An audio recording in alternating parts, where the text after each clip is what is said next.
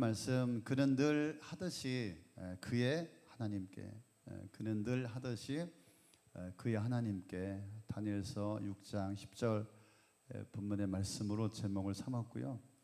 이 말씀은 큰 은혜와 도전이 있기를 소망합니다. 금방 광고한 것처럼 11월 한 달은 감사의 달로 고독 호숫교회가 보내려고 합니다. 한 해를 인도하신 하나님 앞에 또 기도하고 감사하고 찬양하는, 하나님의 하신 일, 또 나에게 이루어 주신 모든 일들을 또 감사하고 자랑하고 또 간증하는 시간을 가져보려고 합니다. 그런데 먼저 이태원 희생자와 또 가족, 또 친구, 그들에게 조의와 애도를 표합니다. 하나님께서 위로와 상심한 마음을 회복하여 주실 것입니다. 그런데 할로원 이야기를 그냥 넘어갈 수가 없을 것 같습니다. 할로윈 때문에 이 세상은 누구의 잘못이냐, 누구 때문이냐, 그래서 분노와 또 원망과 갈등이 가득한 세상이 되었습니다. 그것은 누구의 잘못도 아닙니다. 우리 그리스도인들도 더욱더 비통해하며 애도하며 안타까운 마음을 가져야 합니다. 그런데 이 정도로서 지나가면은 안 되겠다, 이런 마음이 듭니다. 이런 세상 앞에, 이런 현실 앞에 우리 그리스도인들은 어떤 생각과 어떤 다짐과 어떤 마음을 가져야 하겠는가? 우리는 무엇을 드러내야 하겠는가라고 하는 것이죠. 우리가 섬기는 하나님이 참 신이시며 그분이 위대하시고 높임을 받으실 만한 분이시며 이 세상과 인생의 주인 되시는 분이시다라고 우리가 분명히 고백하고 선언하고 믿음의 고백을 드려야 되겠다. 그래서 이런 현실 앞에 우리가 함께 기도하고 감사하자라고 하는 것입니다. 이 할로원 대회로 156명 10대 20대 우리 청년들이 안타까운 죽음을 당했습니다. 얼마나 참담한지 말로 표현을 할 수가 없습니다. 그래서 우리가 단순히 문화라고 하는 이야기로 넘어갈 일이 아니다. 왜 안전조치를 안 했냐, 너네들은 왜 그곳에 갔냐, 왜 그렇게 준비가 부족했냐, 이렇게 따지지 말고 우리가 진짜 애통해하며 우리가 국률의 마음을 갖고 우리가 다시 한번 생각을 해보자라고 하는 것입니다. 특별히 우리 주변에 이렇게 안타까운 사고를 당한 분이 계시고요. 오늘 우리 교회도 오셨나요? 우리 슈장카와이 사촌 동생이 그곳에서 죽임을 당했습니다. 지금도 삼성에 우리 진검숙 성도님한테 이야기를 들어보니까 삼성 다니는 세 청년이 한 숙소에서 살았는데 자기는 아파서 사양해서 못 갔는데 그 두 친구가 갔다가 이렇게 사고를 당해서, 그래서 지금 그 집에를 들어갈 수가 없다. 그래서 정말 말로 할 수 없을 만큼의 참 비통함이 우리 가운데 있습니다. 그래서 적어도 우리 그리스도인들은 이 할로윈이라는 것이 우리 문화 속에 깊숙이 들어왔는데 도대체 이것이 무엇인지, 이것이 어떤 것인지 적어도 우리 부모 세대는 알아야 되지 않겠는가. 지금 유치원에서 또 초등학교에서 전 세계, 일본, 대만, 싱가포르, 중국 전 세계에서 지금 이렇게 할로윈 축제를 벌이고 있는데 도대체 이것이 무엇인가? 저도 사실은 정확하게 이것이 무엇인지 알지를 못했습니다. 하지만 우리의 부모의 책임이 있다. 우리가 제대로 가르치지 못했다라고 하는 것입니다. 그래서 요한복음 10장 10절에 보니까 도둑이 오는 것은 도둑질하고 죽이고 멸망시키려는 것뿐이다. 어느새 문화라고 하는 이름으로 귀신과 마귀가 우리 청소년과 우리 청년들을 이 세상을 장악하고 문화라고 하는 이름 아래 그 이면에는 영혼을 장악하고 세상 신을 섬기게 하는 어둠의 영이 존재하고 있다라고 저는 분명히 여러분에게 말씀을 드리고 싶습니다. 그래서 이 할로원은 본래 켈트인의 전통 축제라고 합니다. 샤윈에서 기원한 것인데, 이 켈트족은 프랑스 남부 지역의 유목민으로 흰 피부와 또 금발, 키가 큰 인도와 아리아 계통의 민족이라고 합니다. 기원전 수백 년 전부터 영국에 들어와 정착하고 또 스코틀랜드와 로마에게 퍼져갔다라고 합니다. 그래서 이들은 한 해의 마지막 날이 되면은 음식을 마련해서 죽은 신에게 제사를 드리고, 또 제사를 드림으로 죽은 이들의 영혼을 달래고 악령을 쫓았다고 합니다. 그래서 이들이 악령을 쫓을 때 해를 끼칠까봐 두려워한 사람들이 자신을 같은 악령으로 착각하도록 기괴한 모습으로 꾸미는 풍습이 있었고, 사탕이나 먹을 것을 주어서 악령이 집에 들어오지 않도록 하고 떠나도록 한 것이 할로윈의 원형이 되었습니다. 그래서 사탕이나 먹을 것을 주어서 이 악령을 쫓았다라고 하는데, 오늘 우리의 청소년들은 돌아다니면서 사탕이나 먹을 것을 달라고 하니 정작 자신들이 악령이 되었다라고 하는 정말 이상한 일이지 않습니까? 19세기 중반만 해도 이 켈트족의 풍습이었지만은 1840년도에 100만 명이 미국에 이주하면서 할로윈이 미국 전역에 퍼져서 미국을 대표하는 축제가 되었다라고 합니다. 단순히 문화라고 보기에는 역사적인 음흉한 뒷배경이 있는 것 같습니다. 죽음의 신에게 제물을 드리고 죽은 자를 달래고 같은 악마의 모습으로 분장하여서 사탕이나 먹을 것을 주어서 악령이 집에 들어오지 못하게 하였다. 그 말은 무슨 말입니까? 결국은 귀신을 섬기고 귀신을 또 환영하고 귀신을 따라가는 그런 축제가 아니겠습니까? 그래서 10대, 20대 정말 우리 아까운 청소년들이 죽음의 신의 제물이 되었습니다. 이렇게 암담하고 억울하고 비통한 일이 어디 있겠습니까? 저는 이 사건을 보면서 정말 한국교회가 회개해야 한다. 너는 나 외에 다른 신을 내게 두지 말라 하나님께서 말씀하였는데, 우리의 부모 세대가 정말로 깨어나야 하고 정신 차려야 합니다. 좋은 게 좋은 것이 아닙니다. 문화가 아닙니다. 간단히 문화라고 덮을 일이 아닙니다. 너는 내 앞에 다른 신을 섬기지 못한다. 우리의 부모 세대가 분명한 철학을 가지고 우리 자녀들에게 교훈하고 양육하며 가르쳐 줘야 할 줄로 믿습니다. 그래서 오늘 저는 이 다니엘의 영성으로 저와 여러분이 다시 한번 깨어나기를 원합니다. 세상을 뛰어넘는 탁월한 영성으로 우리의 부모 세대들이, 우리의 다음 세대들이 되어지기를 예수의 이름으로 축복합니다. 세상의 권세, 세상의 문화, 세상의 영광, 세상의 신을 섬기고 세상의 신을 따라가는 그런 인생이 아니라 하나님만 섬기고 하나님만을 따라가고 하나님만을 기뻐하는 그런 우리의 부모의 세대와 다음 세대가 되어야 할 줄로 믿습니다. 그래서 어떠한 환경 속에서도 우리 살아계신 하나님 앞에 기도하고 감사하며 하나님 앞에 영광을 돌리는 인생이 되어지기를 축복합니다. 그래서 우리가 섬기는 주님을 나타내는 그런 신앙 고백이 있기를 바랍니다. 시편 107편은 온통 인생에 하나님께서 주신 은혜에 대한 감사로 가득 차 있습니다. 주님께 감사하라. 그는 선하시며 그 인자하심이 영원하다. 계속해서 감사하라. 선하시며 그의 인자하심이 영원하다. 고난 가운데 먹고 입고 자고 일하고 쉬고 건강을 주시고 응답해 주시고 은혜를 주시고 구원하여 주시고 하나님의 자녀로 살게 해 주신 거에 대해서 감사하라. 그리고 22절에 감사의 제물을 드리고 주님이 이루신 일을 즐거운 노래로 널리 퍼뜨려라. 한 달 동안 우리가 감사하길 원합니다. 여러분이 진짜 감사할 때까지 제가 한 달 내내 감사에 대한 주제를 가지고 말씀을 선포하려고 합니다. 감사가 무엇일까요?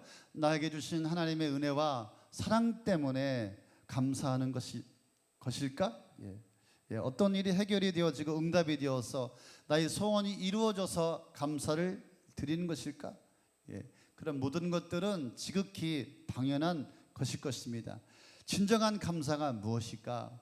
하나님의 존재하심만으로 감사하고, 하나님 때문에 감사하고, 하나님으로 인하여서 감사하고, 내가 하나님 앞에 있다는 것만으로도 감사한 것.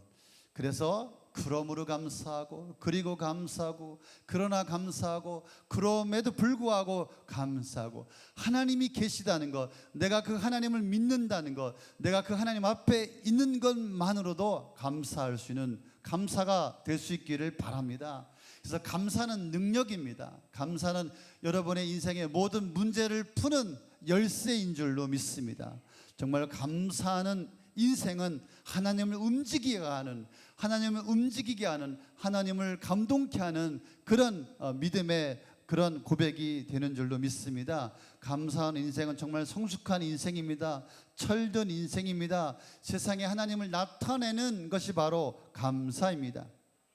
한 달 동안 이렇게 설교할 겁니다. 한 달 내내 감사에 대해서. 그래서 여러분 가운데 잃어버렸던 그 감사가 터져 나오기를 바랍니다. 눈물로 감사의 고백을 드리길 원합니다.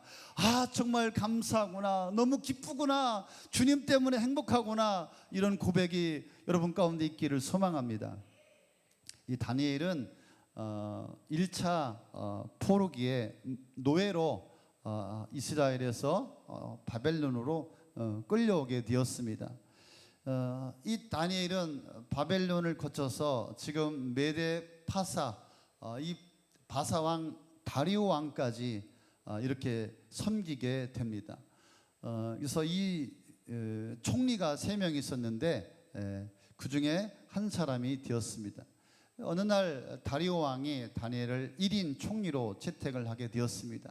다니엘이 다른 총리보다 민첩하고 총명하고 뛰어났기 때문에 그렇습니다. 여기서 보니까 민첩하다, 히브리어에서 탁월한 영혼이다. 아마 탁월한 영혼이다. 성령의 충만함이 있었습니다. 성령의 기름 부으심이 있었습니다. 그래서 다리오 왕은 다니엘의 모든 사역을 통해서 그 안에 특별한 영이 있다는 것을 인정하고 결국 그에게 온 나라를 통치하는 고난을 맡기려고 합니다. 이것을 안 바사의 정치권은 이제 발칵 뒤집히게 되었습니다. 두 총리가 가만히 있을 리가 없습니다. 그들을 옹호하는 세력과 함께 다니엘을 제거할 작전을 세웁니다. 그런데 다니엘에게서 아무 흔들 만한 것을 발견할 수가 없는 것입니다. 참 털어서 먼지 안 나는 사람이 어디 있겠느냐. 그러나 업무적으로 또 사적으로 어떤 면에 있어서나 부정이나 부패가 없고 정말 성실하고 신실한 그런 다니엘의 모습이 있는 것이죠. 아무것도 발견하지 못하니까 그들이 다니엘의 신앙의 문제를 걸고 넘어지게 됩니다. 그래서 30일 동안에 누구든지 왕 외에는 어떤 신에게 절하지 못한다. 어떤 사람에게 무엇을 구하면 사자굴에 던져지게 될 것이다. 이것을 다리오 왕에게 이제 건의하게 됩니다. 다리오 왕은 조서에 도장을 찍고 온 나라에 금령을 내리게 되었습니다. 바벨론이 무너지고 그 다음에 메데 파사, 지금의 이라크와 이란이 신흥 제국이 생기게 되죠. 하지만 그러나 그 뒷배경에는 페르시아의 느부갓네살 왕이 있었죠. 그래서 사실은 힘이 없는 그런 다리오 왕이었어요. 그래서 신흥 제국에 자기가 얼떨결에 왕이 되었기 때문에 이 신하들의 이런 요청에 그가 거부할 수가 없었고, 이 다리오 왕은 이미 다니엘의 그런 뛰어남, 탁월함을 전 정권부터 계속해서 보아왔기 때문에 등용을 하게 되어진 것이죠. 근데 우리가 읽은 10절 말씀에 보니까 왕이 금령문서에 도장을 찍은 것을 알고도, 이런 말씀이 있죠. 도장을 찍은 것을 알고도 다니엘은 몰랐던 것이 아닙니다. 알고 있었어요. 강조하고 있는 이유가 뭘까요?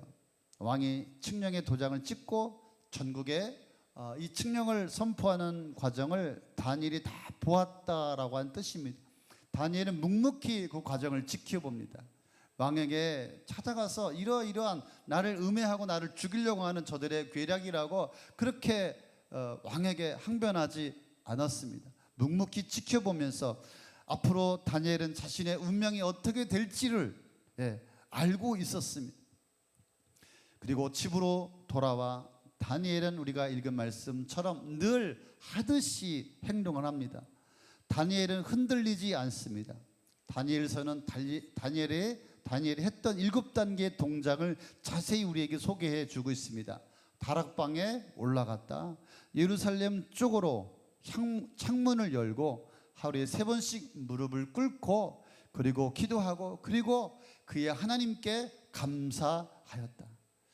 참 무식하고 어리석은 사람이라 생각이 듭니다. 조금만 지혜롭게 생각했다면 그 법을 어기지도 않고 얼마든지 죽음을 피할 수 있었는데 다니엘은 늘 하던 대로 전에 하던 대로 행하였습니다. 칙령이 30일 조건부였기 때문에 30일만 기도하지 않는다면 또 사람들이 보지 못하도록 듣지 못하도록 창문을 닫고 아니면 속으로 기도했더라면 이러한 위기를 모면할 수도 있었을 것입니다. 그런데 그는 여전히 하던 대로 늘 하던 대로 그는 기도합니다. 다니엘은 자기의 전 존재를 포기하고 하나님 한 분만을 선택합니다. 정말 그런 상황에서 기도하고 감사할 수가 있었을까? 어떻게 다니엘은 그렇게 기도하며 감사할 수 있었을까? 죽는 것이 분명한데도 그 이유가 무엇이었을까? 10절에서 강조하는 단어는 그 하나님께 다시 말하면 다니엘의 하나님께 기도하고 감사하였다라고 하는 것입니다. 그의 하나님은 어떤 하나님일까요? 물론 모든 만물을 창조하신 하나님이시고 뿐만 아니라 그가 바벨론에서 포로로 잡혀와 정말 하나님을 이해하고 하나님을 알았던 다니엘이 체험하였던 그 하나님, 그의 하나님 앞에 기도하였다라고 하는 것입니다. 다니엘이 그의 하나님을 만나서 본격적으로 함께 살기 시작한 것은 바벨론 궁으로 들어왔을 때부터이죠. 바벨론 궁에 들어온 다니엘은 왕이 드린 음식을 거절하기 위해서 설득 작전을 벌였습니다. 사투를 벌린 셈입니다. 왕이 제공한 모든 식사를 거절한 것이 아니라 왕이 내린 특별한 음식만을 거절했습니다. 왕이 마시는 특별한 포도주와 매우 기름지고 값진 음식을 거절합니다. 이 음식을 거절한 이유가 무엇일까요? 나시린의 서약을 지키기 위한 것도 아닙니다. 고대의 왕이 내린 이 특별한 음식을 받아들인다라고 하는 것은 왕의 신하와 영원한 군신의 관계를 맺는 일종의 계약을 의미했습니다. 그것을 거절한다라고 하는 것은 생명을 내어놓는 일과 마찬가지였어요. 그런데 다니엘은 거절합니다. 바벨을 위해서 충성스럽게 일은 하겠지만은 그러나 바벨론 왕을 신처럼 섬기지는 않겠다. 오직 여호와 하나님만 섬기겠다라고 하는 결단이었습니다. 하나님께서 그의 믿음을 받아주셔서 하나님께서 은혜를 베풀어 주셔서 그로 인해서 다니엘은 왕의 음식을 거절하게 되었고 다니엘은 그렇게 신앙을 고백하죠. 지금도 하나님은 여기에서 일하고 계신다. 그 믿음의 고백이 포로로 이스라엘 백성들에게 위로가 되었고 포로민들에게 선포의 그런 고백이 되었습니다. 그 당시 포로민들은 굉장히 비참한 삶을 살았습니다. 그래서 이스라엘 백성들은 바벨론의 포로에 들어와서 스스로 비참한 삶이었기 때문에 하나님을 버리고 바벨론의 문화 속으로 들어가 그렇게 숨어서 사는 사람들도 있는 반면에 아예 바벨론 신을 섬기는 그런 변심한 자들도 많았습니다. 그래서 포로가 해방되어서 고국에 돌아왔을 때 사람들의 20% 정도밖에 고국으로 돌아오지 않았다. 에스라와 니헤미야 시대에서도 포로민들은 극소수였다라는 것을 우리가 알 수가 있습니다. 이런 포로민들에게 다니엘의 행위는 야훼 하나님은 지금도 살아계시고 지금도 역사하시고 역사를 통치하시고 우리를 다스리시는 전능하신 하나님이다라고 고백하는 것이고, 자신뿐만 아니라 이스라엘 전 백성들에게 위로가 되었습니다. 그 후로도 계속해서 위기의 순간마다 하나님은 다니엘의 편이 되어 주셨고 모든 문제를 해결해 주셨고, 다니엘뿐만 아니라 유대 포로민들에게 보호자가 되시고 인도해 주시는 그런 하나님이셨습니다. 그래서 그의 하나님 앞에 기도하고 그의 하나님께 감사하였다. 그 하나님 앞에 그는 엎드리고 죽음 앞에서 그는 기도하고 감사할 수가 있었습니다. 금령이 있기 전부터 금령이 발표된 후에도 여전히 늘 하듯이 전에 하던 대로 하루에 3번씩 무릎을 꿇고 기도하며 그의 하나님 앞에 감사하였다. 다니엘의 세 친구가 금심상 앞에 절하지 않고 오직 하나님만 섬기겠다. 그래서 풀무불 가운데 구원하여 주실 것이다. 그리 아니하실지라도 우리는 하나님만 섬기겠다. 동일하게 다니엘도 하나님만을 섬길 것이다. 똑같은 행동을 하고 있습니다. 새로운 법은 왕만을 숭배하라는 것이죠. 하지만 다니엘은 하나님 여호와만 섬기겠다, 하나님께만 절하겠다, 분명한 신앙이 다니엘 가운데 있는 것이죠. 다니엘에게 죽음이 기다리고 있습니다. 하지만 이 죽음이 하나님을 섬기는 그 신앙을 꺾을 수가 없는 것이고, 죽음이 이의 신앙을 넘어뜨릴 수가 없는 것입니다. 그래서 창문을 열고 보란듯이 그는 예루살렘을 향하여서 여호와 하나님 앞에 하루에 3번씩 엎드려 간구하고 기도합니다. 바로 다니엘의 승부처가 되었던 것입니다. 정말 이런 상황에서 기도하며 감사할 수가 있을까? 늘 하듯이 하던 대로 그의 하나님 앞에 하루에 3번씩 기도하였다. 여러분에게 늘 하듯이 늘 하던 대로 하나님 앞에 기도와 감사가 있습니까? 다니엘의 이 기도가, 이 감사가 좋은 일이 있어서 할만해서 감사한 일이 많아서 기도하며 감사한 것이 아니지 않습니까? 늘 하듯이 기도할 수 없을 때가 있습니다. 지쳐서 감사할 수 없을 때가 있습니다. 감사는커녕 정말 분만이, 원망이, 괴로움이, 고통이 있을 때, 그런데도 불구하고 하나님 앞에 엎드렸다. 그래서 어쩌면 이 기도와 감사가 의무가 되고 책임이 되고 고통이 되었을지도 모릅니다. 지쳐서 상한 마음이 되어서 정말 할 수 없이 기도하는 그런 다니엘의 모습일 수도 있습니다. 어떻게 사람이 항상 성령의 기름 부으심만, 어떻게 기도와 감사할 때마다 하나님의 은혜가 그렇게 충만히 부어지겠습니까? 신나게 힘있게 기도하고 감사만 할 수가 있겠습니까? 은혜가 넘치는 충만한 그런 기도가 늘 있겠습니까? 기도할 수 없는, 감사할 수 없는, 기가 막힌, 부르짖을 수 없는 그런 상황 속에서도 다니엘은 늘 여전히 그 하나님 앞에 엎드렸다라고 하는 것입니다. 다니엘이 대적들의 생명의 위험과 자신이 극복할 수 없는 힘든 일을 만나고 깊은 고민 가운데 빠져 있을 때, 그 상황 속에서도 그는 기도하며 감사하며 하나님 앞에 엎드리며 하나님 앞에 나아갑니다. 그는 늘 하듯이 그의 하나님 앞에 기도로 그 하나님 앞에 나아갑니다. 그리고 하나님을 대면합니다. 하나님 앞에 자기 심정을 다 쏟아 놓습니다. 그리고 기도로 돌파하고 기도로 어둠을 뚫고 하나님을 신뢰하고 하나님을 바라보고 생명을 걸고 믿음을 고백하고 하나님의 은혜와 도움을 구하고 그는 기도하며 감사하게 되었습니다. 저와 여러분 가운데 이런 기도와 감사가 있기를 소망합니다. 기도할 수 없습니다. 감사할 수 없습니다.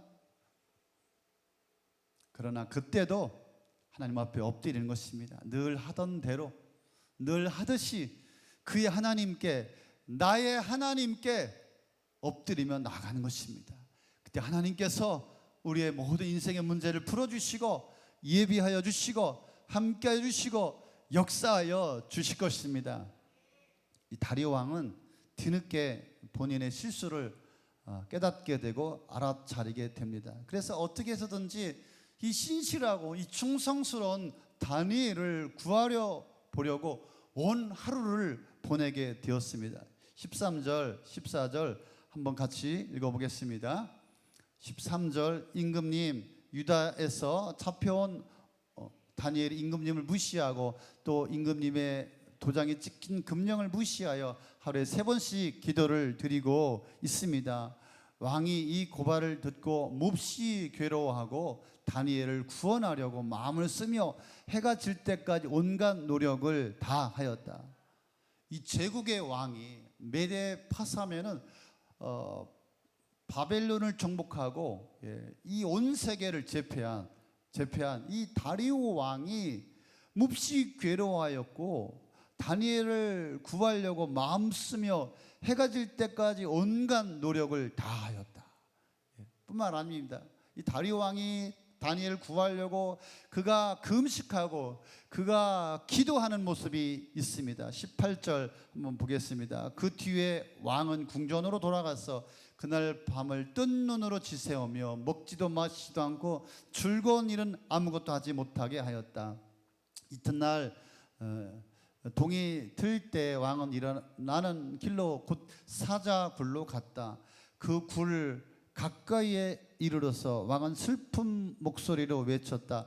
다니엘에게 말하였다. 살아계신 하나님의 종 다니엘은 들으시오. 그대가 늘 섬기는 그대 하나님이 그대를 사자들로부터 구해 주셨소.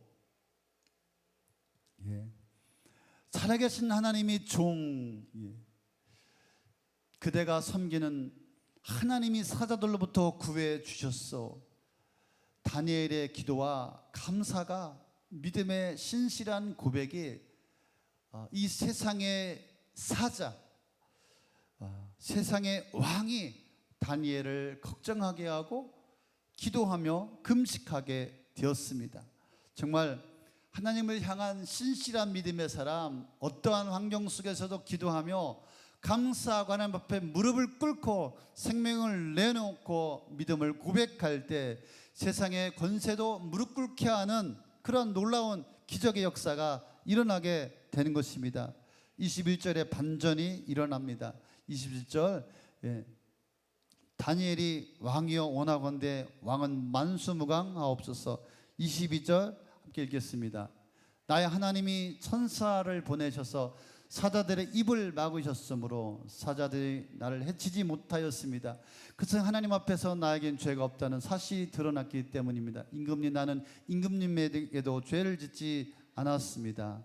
22절에 뭐라고요? 천사들을 보내서 사자들의 입을 막으셨으므로 사자들이 나를 해치지 못하였습니다. 사자의 입을 막으셨습니다. 그러고 하나님께서는 사자의 입을 막으셨을 뿐만 아니라 세상의 왕 사자의 입을 열게 하였습니다. 짐승의 사자의 입을 막고 세상의 왕 사자의 입을 열게 되었습니다. 23절 24절 왕이 매우 기뻐하면서 다니엘을 끌어올리도록 명령하니 사람들이 다니엘을 굴에서 끌어올렸다. 그가 자기 하나님을 신뢰하였기 때문에 그에게서는 아무런 상처도 찾아볼 수 없었다. 왕이 명령을 내려서 다니엘을 헛뜯는 사람들을 데려오게 하고 그들과 그 자식과 아내들을 사자굴에 던져 넣으니 그들이 굴 바닥에 닿기도 전에 사자들이 그들을 움켜서 그 뼈까지 부서뜨렸다.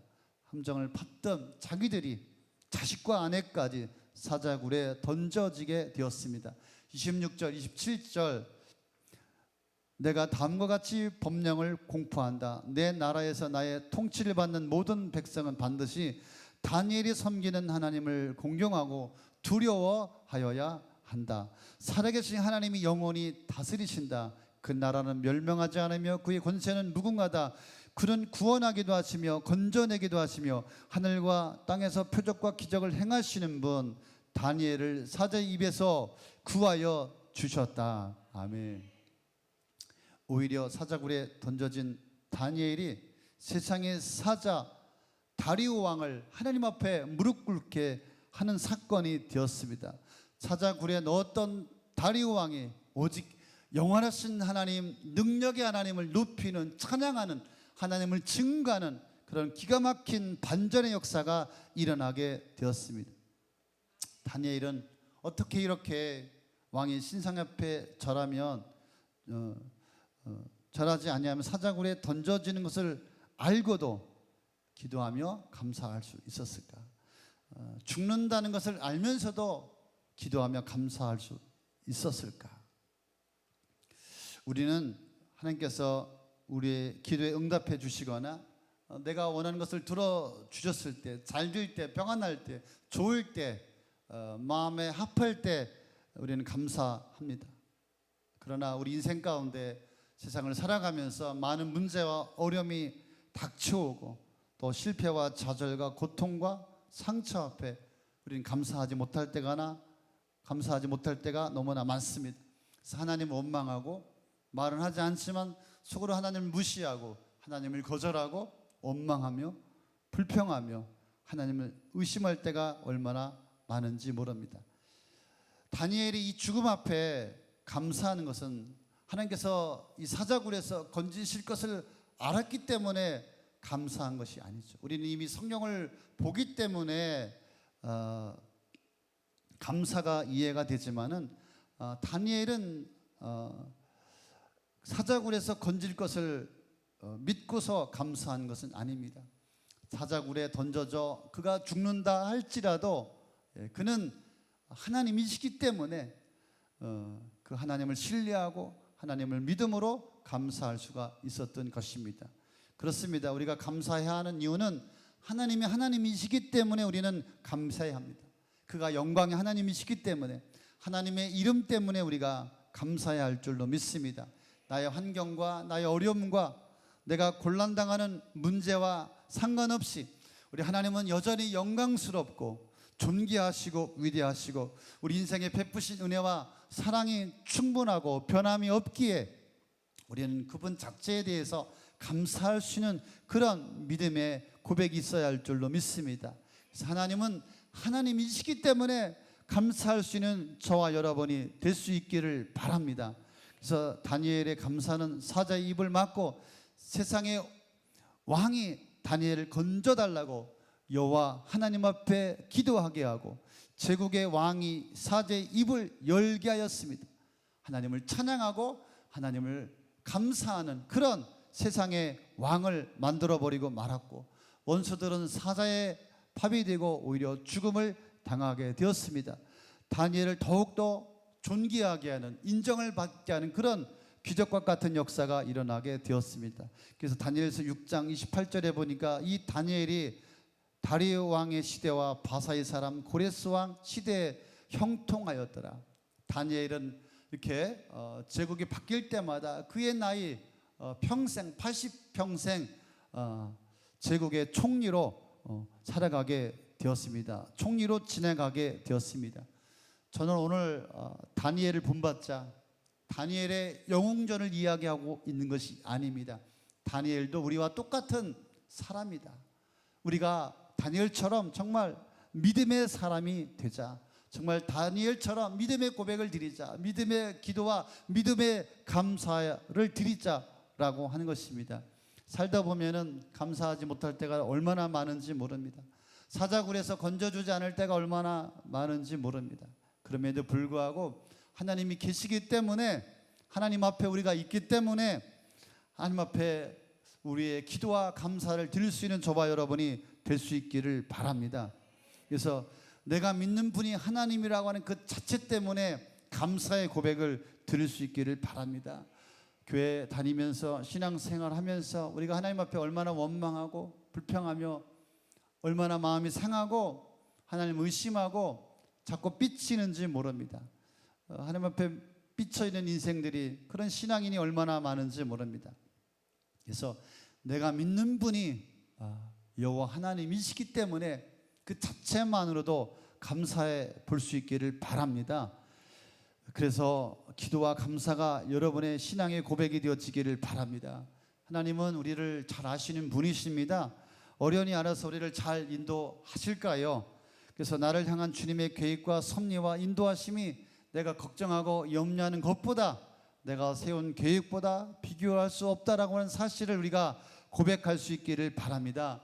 하나님을 끝까지 신뢰하고 믿고 감사를 드리는 여러분들이 될 수 있기를 바랍니다.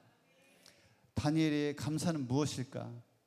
감사는 그가 바라보는 방향이었습니다. 감정도 의지도 노력도 행위도 아닙니다. 감사는 사람입니다. 다시 말하면 다니엘의 정체성입니다. 뭐 때문에가 아니고, 그럼에도 불구하고가 아니라, 그런 감사가 아니라 하나님 본질로부터 나온 감사입니다. 하나님이시기 때문에 감사입니다. 감사는 그분의 사랑의 열매인 것입니다. 하나님은 그 아들을 이 땅에 보내셔서 십자가에 죽으실 만큼 우리를 끔찍히 사랑하여 주셨습니다. 그런 하나님이십니다. 그런 분이시기에 우리가 더 바랄 것이 없습니다. 여러분에게 있어서 올 한 해 동안에 감사의 제목이 무엇입니까? 많은 분들이 감사하다고 이야기합니다. 자녀로 감사합니다. 재물 때문에 감사합니다. 사업이 번창해서 감사합니다. 승진으로 감사합니다. 하나님 때문에, 하나님으로 감사합니다. 여러분의 감사의 이유는, 감사의 제목은 무엇입니까? 다니엘은 삶과 죽음을 초월한 감사를 하나님께 드리며 살았습니다. 사자굴에서 건져주실 때 얼마나 더 큰 감사가, 감격이 그에게 있겠습니까? 하나님만으로도, 계신 것만으로도 감사한데 사자굴에서 건져 주셨으니 그 은혜와 사랑이 얼마나 감격이며 감사 위에 감사가 있는 것이 아니겠습니까? 여러분의 감사가 이렇게 되어지기를 바랍니다. 감사하다가 하나님께서 이루어주신 그 감사로 더 감사할 수 있는 여러분의 인생이 되어지기를 바랍니다. 말씀을 맺습니다. 우리가 다니엘의 영성으로 회복되어지기를 바랍니다. 그리고 기도하며, 그리고 감사하고, 하나님을 신뢰함으로, 하나님을 바라봄으로 하나님께서 일하시도록, 사자의 입을 막도록, 세상의 왕, 제국의 왕의 입을 막고 그의 입을 벌려 하나님을 찬양하고 하나님을 높이고 세상 사람을 통하여서 하나님의 일하심을 선포하는 여러분의 신앙, 여러분의 기도, 여러분의 감사가 되어지기를 바랍니다. 그래서 늘 하듯이 그 전에 하던 대로 그의 하나님께, 아니 저와 여러분의 하나님 앞에 감사하는 이 한 달이 될 수 있기를 바랍니다.